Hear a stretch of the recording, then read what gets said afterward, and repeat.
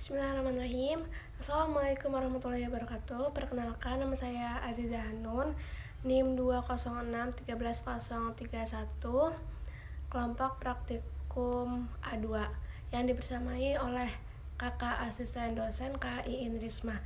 Pada kesempatan kali ini, saya akan melakukan praktikum yang berjudul kelarutan kualitatif. Percobaan pertama. Pada percobaan pertama telah tersedia 4 gelas yang masing-masing gelas berisi setengah air biasa. Dan telah tersedia juga bahan-bahan seperti gula pasir, garam, bedak, dan tepung terigu. Yang pertama dimasukkan sebanyak 1 sendok teh gula pasir ke dalam gelas yang berisi setengah air biasa. Kemudian diaduk selama 1 menit.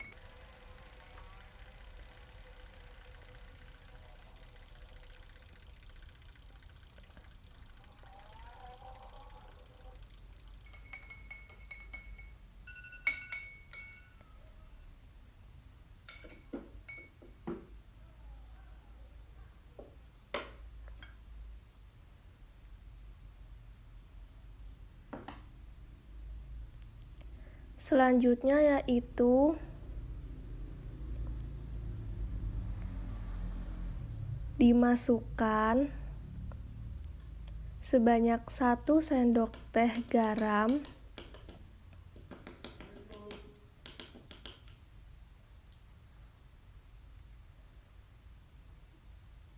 ke dalam gelas yang berisi setengah air biasa dan diaduk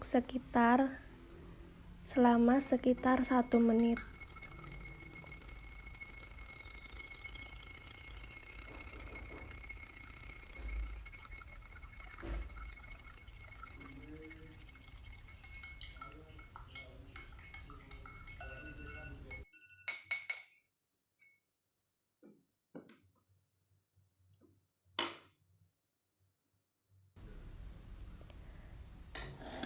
Yang ketiga yaitu dimasukkan sebanyak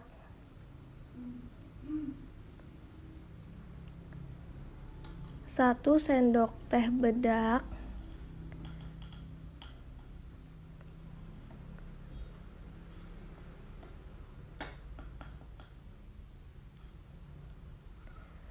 ke dalam gelas yang berisi setengah air biasa.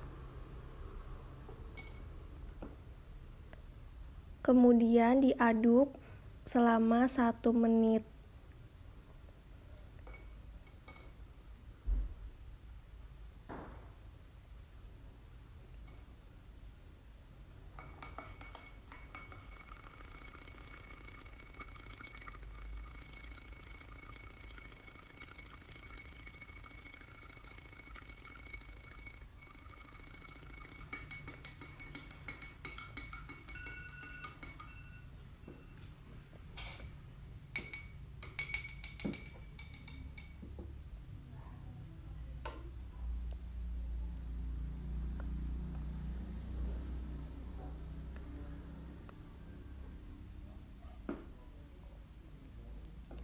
Yang terakhir yaitu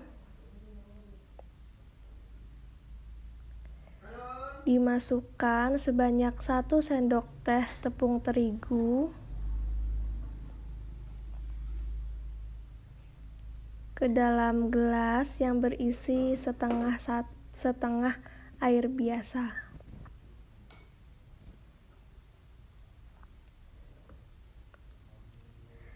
Dan diaduk selama 1 menit.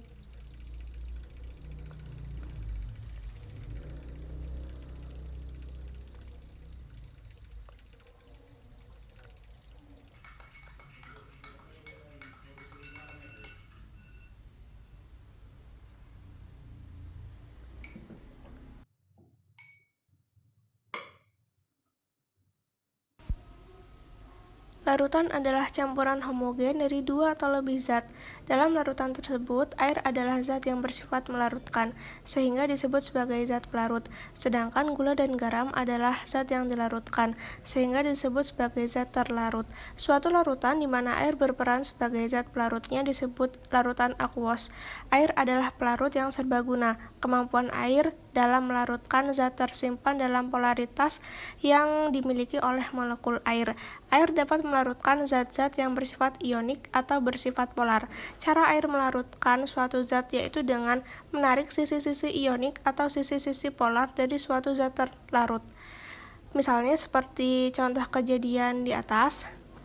Gula dapat larut dalam air karena molekul air menarik sisi-sisi polar dari molekul gula, sehingga terbentuk larutan gula. Untuk zat yang bersifat ionik, contohnya adalah garam.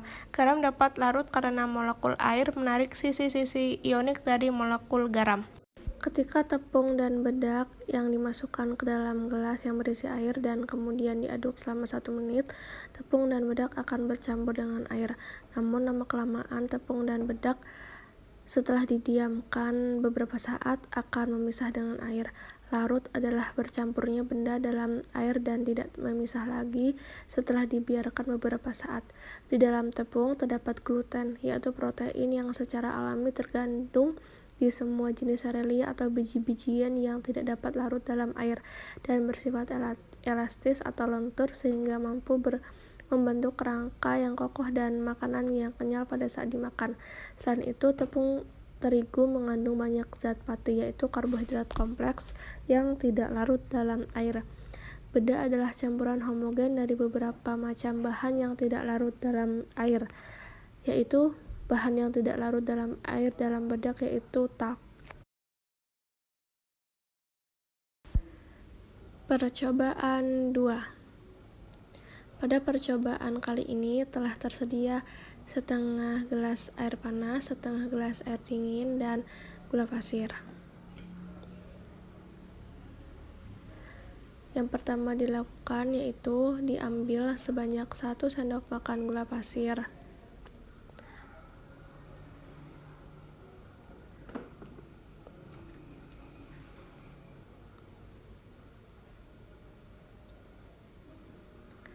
Lalu dilarutkan dalam gelas yang pertama, gelas yang berisi setengah gelas air panas.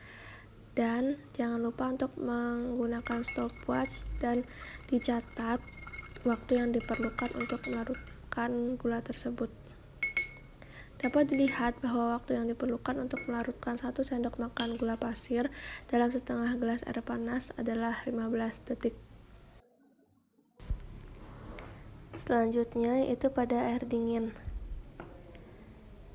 Diambil 1 sendok makan gula pasir, lalu kita larutkan dalam setengah gelas air biasa dan dicatat waktunya yang diperlukan untuk melarutkan 1 sendok gula pasir tersebut dalam setengah gelas air biasa.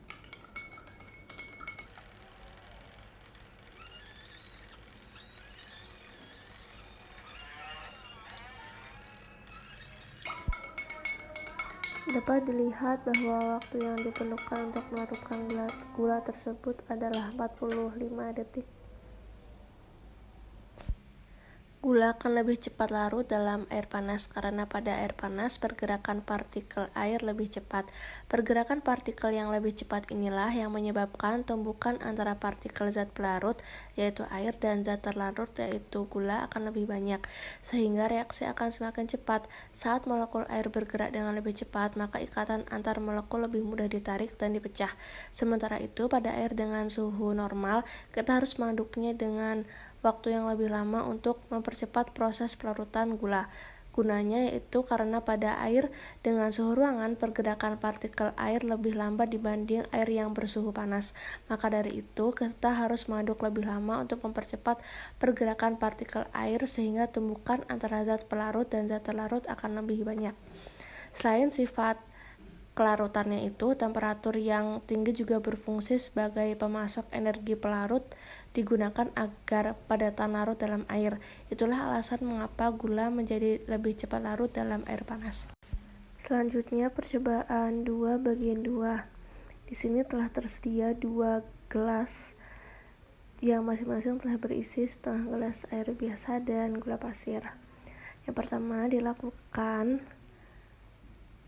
yaitu diambil gula pasir sebanyak 1 sendok, lalu dilarutkan dalam setengah gelas air, dan jangan lupa dicatat waktunya, berapa lama waktu yang dilakukan untuk melarutkan 1 sendok gula pasir dalam setengah gelas air biasa.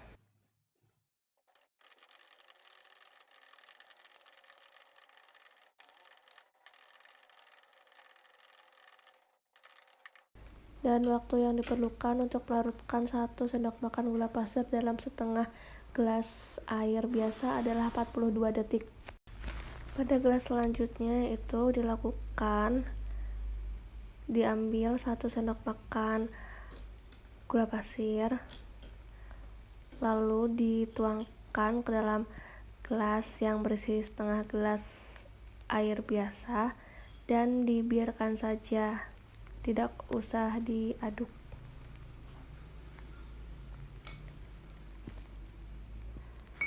Lalu kita amati dan kita hitung dengan menggunakan stopwatch berapa lama waktu yang diperlukan untuk melarutkan gula tersebut.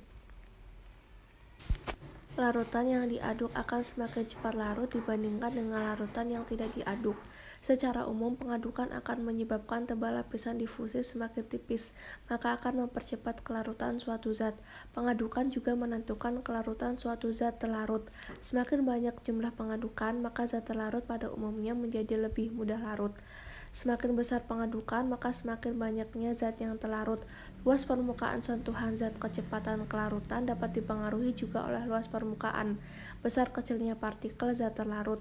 Luas permukaan sentuhan zat terlarut dapat diperbesar melalui proses pengadukan atau penggerusan secara mekanis.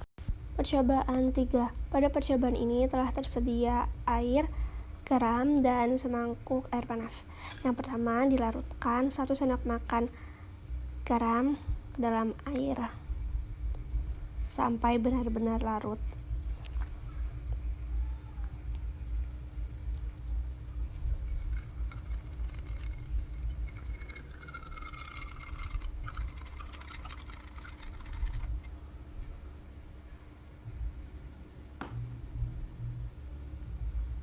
Kemudian dilarutkan lagi 1 sendok makan garam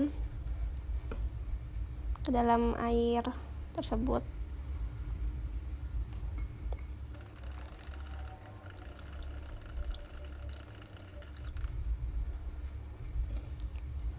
Diulangi pelarutan sampai garam sudah tidak bisa lagi larut dalam air dan membentuk kristal.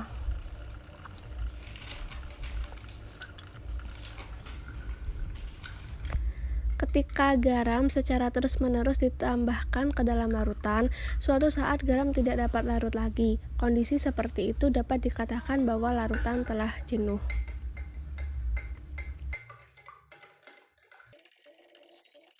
Oleh karena satuan kelarutan sama dengan molaritas, maka kelarutan juga bisa didefinisikan sebagai konsentrasi zat yang masih bisa larut dalam suatu pelarut. Berdasarkan sifat kelarutannya, kondisi garam dibedakan menjadi 3 kondisi. Yang pertama, kondisi tidak jenuh, artinya kondisi saat konsentrasi nyata suatu garam belum melampaui kelarutannya, sehingga masih bisa larut. 2. Kondisi tepat jenuh, artinya kondisi saat konsentrasi nyata suatu garam sama dengan kelarutannya, sehingga zat tepat mengendap. 3. Kondisi lewat jenuh, artinya kondisi saat konsentrasi nyata garam melampaui kelarutannya, sehingga zat yang mengendap lebih banyak daripada zat yang larut.